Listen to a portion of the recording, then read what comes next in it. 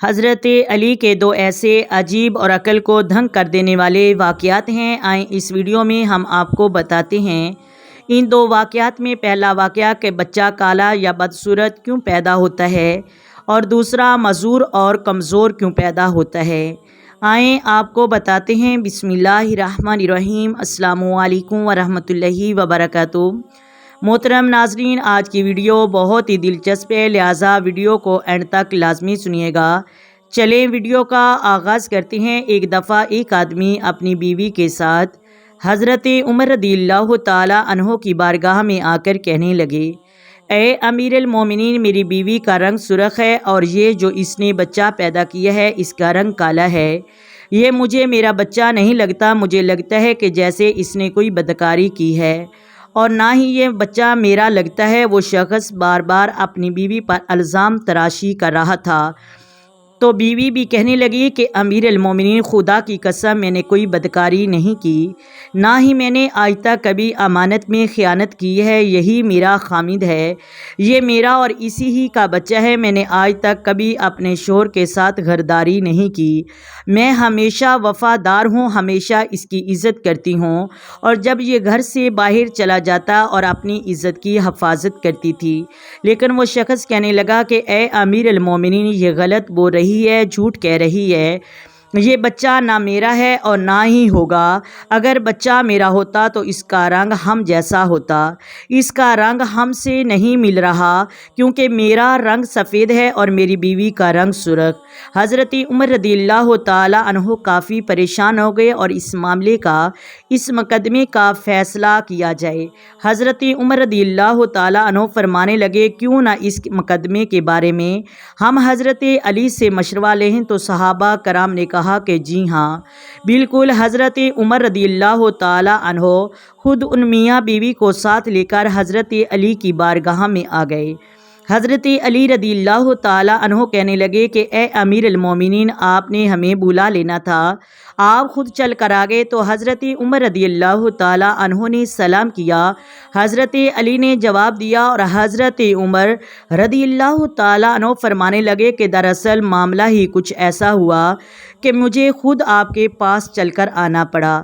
تو حضرت علی نے فرمایا، بتائیں کیا بات ہے امیر المومنین؟ حضرت عمر رضی اللہ تعالی عنہ فرمانے لگے کہ میرے پاس یہ مقدمہ آیا ہے جس کا میں فیصلہ نہیں کر پا رہا۔ یہ خامند کہہ رہا ہے کہ یہ بیوی میری ہے لیکن یہ بچہ میرا نہیں، میرا رنگ سفید ہے، میری بیوی کا رنگ سرخ ہے، یہ ہم دونوں میں سے نہیں مل رہا، جبکہ بیوی رو کر کہہ رہی ہے کہ میں نے کبھی امانت میں خیانت نہیں کی، میں اپنی عزت کی حفاظت کرتی تھی اور ہمیشہ اس کے ساتھ وفاداری کرتی تھی۔ تو حضرت علی رضی اللہ تعالی عنہ فرمانے لگے کہ اے شخص، میں جو پوچھوں مجھے اس کا جواب صحیح دینا۔ تو شخص کہنے لگا کہ جی ہاں میں سچ جواب دوں گا۔ حضرت علی نے فرمایا، کیا تم نے حالت حیض میں اپنی بیوی سے ہم بستری کی؟ تو وہ شخص کافی دیر خاموش رہنے کے بعد کہنے لگا کہ جی ہاں میں نے کی۔ تو حضرت علی نے فرمایا کہ اے مرد، خود سمجھ لے کہ یہ تیرا ہی بچہ ہے، کیونکہ جب تم نے حالت حیض میں سے ہم مستری کی تو نطفہ تیری بیوی کے سیاہ خون کے ساتھ مل کر رحم میں جا ٹھہرا، جس کی وجہ سے تیرے بچے کا رنگ کالا ہے۔ محترم ناظرین، پھر حضرت علی رضی اللہ تعالی عنہ نے فرمایا کہ یاد رکھنا، قرآن پاک میں ذکر ہے کہ جو بندہ حالت حیض میں اپنی بیوی سے ہم بستری کرتا ہے اسے سختی کے ساتھ پیش آیا جائے گا اور اس کے ساتھ اللہ تبارک و تعالیٰ کی رحمت ناراض ہو جاتی ہے، کیونکہ قرآن مجید میں حیض کو گندگی کہا جا رہا ہے اور خود ہی فرما رہا ہے کہ ان دونوں میں اپنی بیوی سے دور رہا کرو۔ تجھے اس بات کی عقل اور سمجھ نہیں تھی، اب جو ہے سو اس کو تسلیم کرو۔ اے محترم ناظرین، اب آپ کو بتاتے ہیں کہ معذور بچہ کس وجہ سے پیدا ہوتا ہے۔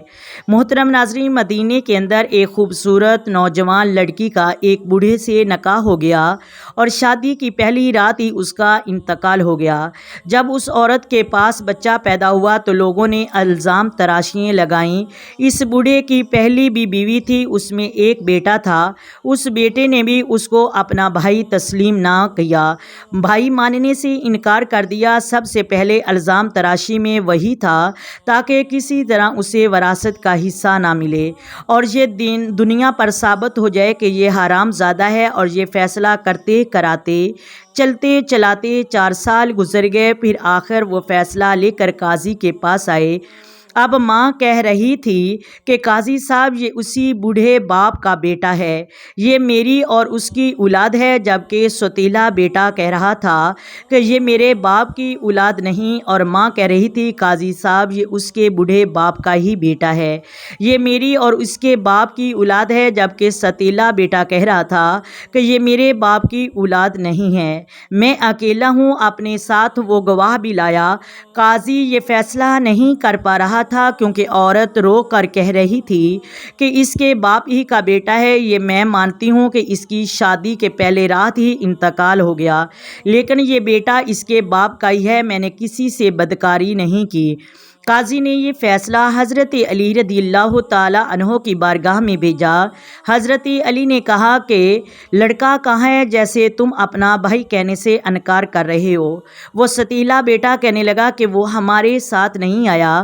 حضرت علی نے فرمایا صبح اس کو ساتھ لے کر میرے پاس آنا۔ جب وہ سوتیلی ماں اور بیٹا گھر چلے گئے، صبح اسے لے کر آئے تو حضرت علی نے ان کو کہا کہ تم لوگ بیٹھ جاؤ، اور اس بچے کو دوسرے بچوں کے ساتھ کھیلنے کو کہا، تم ان کے ساتھ کھیلو۔ کچھ دیر کھیلنے کے بعد وہ واپس آیا تو حضرت علی ان کی حرکتیں بہت غور سے دیکھ رہے تھے۔ پھر حضرت علی نے ان سب بچوں کو اپنے پاس بٹھا لیا اور کہا کہ یہاں بیٹھ جاؤ، اور پھر فرمایا کہ اٹھ کے دوڑو اور دیکھتے ہیں سب سے پہلے کون دوڑ جیتتا ہے۔ جب بچے دوڑے لیکن وہ بچہ بہت آہستہ سے اٹھا اور دوڑنے لگا، اسے دوڑنے میں دقت بھی ہو رہی تھی۔ حضرت علی نے فرمایا کہ واپس آ جاؤ۔ جب سارے بچے واپس آ گئے تو حضرت علی رضی اللہ تعالی عنہ نے اس لڑکے کا ہاتھ پکڑ کر اس کے بڑے بھائی کے ہاتھ میں دے دیا اور کہا کہ یہ تمہیں پتہ ہونا چاہیے کہ یہ تمہارے باپ ہی کی اولاد ہے، کیونکہ میں نے سب بچوں کو غور سے دیکھا تو وہ نوجوان اور تندرست ماں باپ کی اولاد تھی، ان کے والدین جوان تھے، انہیں دوڑنے میں کوئی دقت محسوس نہیں ہو رہی تھی، وہ جلدی جلدی دوڑ رہے تھے لیکن یہ آہستہ دوڑ رہا تھا اور اسے دوڑنے میں دقت محسوس ہو رہی تھی، یہ اس کے کمزور باپ ہونے کی علامت ہے۔ تو محترم ناظرین، اسی طرح حضرت علی رضی اللہ تعالی عنہ نے وہ فیصلے فرمائے جو عقل کو دھنگ کرنے والے تھے، کیونکہ نبی کریم صلی اللہ علیہ وآلہ وسلم نے فرمایا کہ اگر میں علم کا شہر، علی اس کا دروازہ ہے، ابوبکر صدیق اس کی کنڈی اور عمر اس کا تالا، عثمان اس کی کنجی ہے۔ محترم ناظرین، حضرت علی حضور دو عالم صلی اللہ علیہ وآلہ وسلم کے باقی اصحاب یہ سب طاقت رکھتے تھے اور ان میں صلاحیتیں موجود تھیں، اور محترم ناظرین کہ وہ کسی چیز کا اندازہ بر وقت لگا سکتے تھے۔ اللہ تعالیٰ ان کے صدقے ہمیں بھی اپنی دین پر پختگی اور عمل کرنے والا بنائے، آمین ثم آمین۔ اگر ویڈیو اچھی لگے تو لائک کریں، شیئر کریں، سبسکرائب کریں۔ آئیں مل کر آقا دو عالم نور مجسم سرور کائنات صلی اللہ علیہ وآلہ وسلم کی ذات پر درود و سلام پڑھیں۔